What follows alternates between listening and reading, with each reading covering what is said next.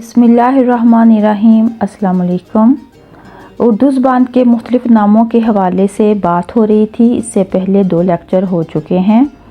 पहले लेक्चर में उर्दू ज़ुबान की तारीख़ और उसके हिंदी और हिंदवी नाम, और इसके बाद दूसरे लेक्चर में दहलवी और रेख्ता पर बात हो चुकी है। अब उर्दू का अगला नाम जो है वह है दक्कनी गुजराती। मुसलमानों के साथ उर्दू ज़ुबान हिंदुस्तान के हर इलाके में पहुंची। दक्कन में जो मुसलमान गए वो सिर्फ दहलवी उर्दू बोलने वाले नहीं थे, मुख्तलिफ़ ज़ुबानें बोलने वाले वहां गए। मकामी असरात भी मुरतब हुए, चुनाचे दक्कनी उर्दू दहलवी उर्दू से मुख्तलिफ हो गई। इसके लिए दक्कनी और दक्खनी के अल्फाज इस्तेमाल हुए। इस तरह गुजरात में मरवज होने वाली उर्दू गुजरी या गुजराती कहलाई। दक्कनी फरमारवा दिल्ली के बादशाहों से मुखासमत रखते थे, चनाचे उन्होंने दिल्ली उर्दू के बरक्स अपनी ज़ुबान अरबी और फ़ारसी अल्फाज की बजाय हिंदी अल्फाज का ज़्यादा इस्तेमाल करना शुरू किया ताकि अपनी ज़ुबान को मुनफरिद बना सकें और ज़ुबान के सिलसिले में दिल्ली के बादशाहों के मरहून एहसान ना रहें, चाचे उनकी ज़ुबान दक्कनी कहलाई। ज़ुबान का अगला नाम उर्दू ज़ुबान का अगला नाम ज़ुबान हिंदुस्तानी या ज़ुबान हिंदुस्तान या हिंदुस्तानी। मुल्ला वजी ने सबरस में उर्दू को हिंदी के अलावा ज़ुबान हिंदुस्तान भी लिखा है। आगाज़े दास्तान ज़ुबान हिंदुस्तान नकल एक शहर था।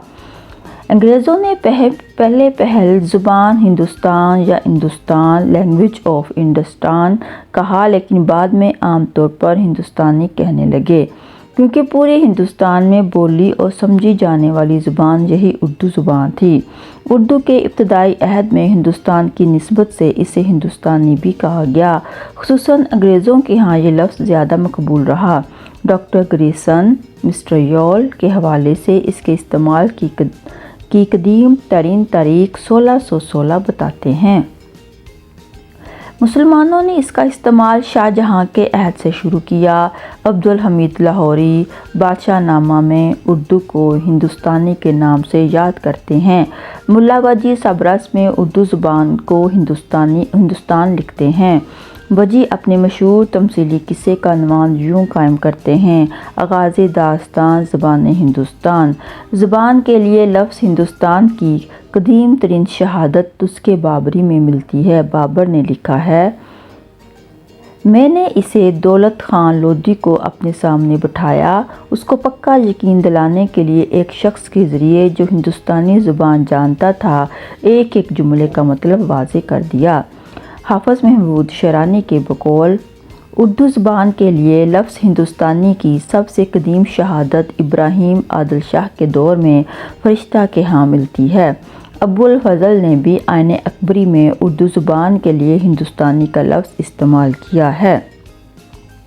लफ्ज़ हिंदुस्तानी बतौर ज़ुबान के सिलसिले में डॉक्टर सुहेल बुखारी ने जो शवाहद जमा किए हैं उनकी रूह से ये नाम सबसे पहले अब्दुल हमीद लाहौरी के बादशाह नामा की दूसरी जिल्द में मिलता है।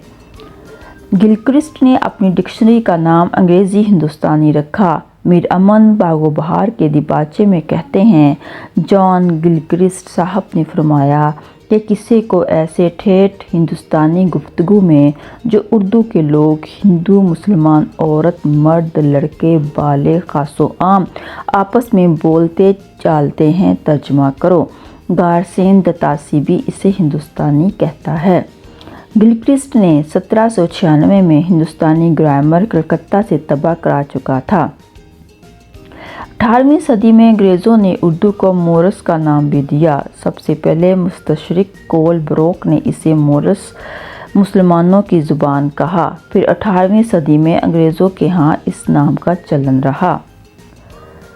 अच्छा जी, यहाँ तक जी। अब हमने इस लेक्चर के अंदर उर्दू के 2 नाम पढ़े। एक नाम था दक्कनी गुजराती और दूसरा ज़ुबान हिंदुस्तानी।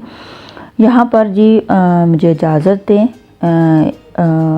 इससे पहले हम उर्दू ज़ुबान के जो हिंदी हिंदवी दहलवी रेख्ता के जो नाम है वो पढ़ चुके हैं। इसके बाद अब दक्कनी गुजराती और ज़ुबान हिंदुस्तानी जो उर्दू के नाम है उस पर बात की है।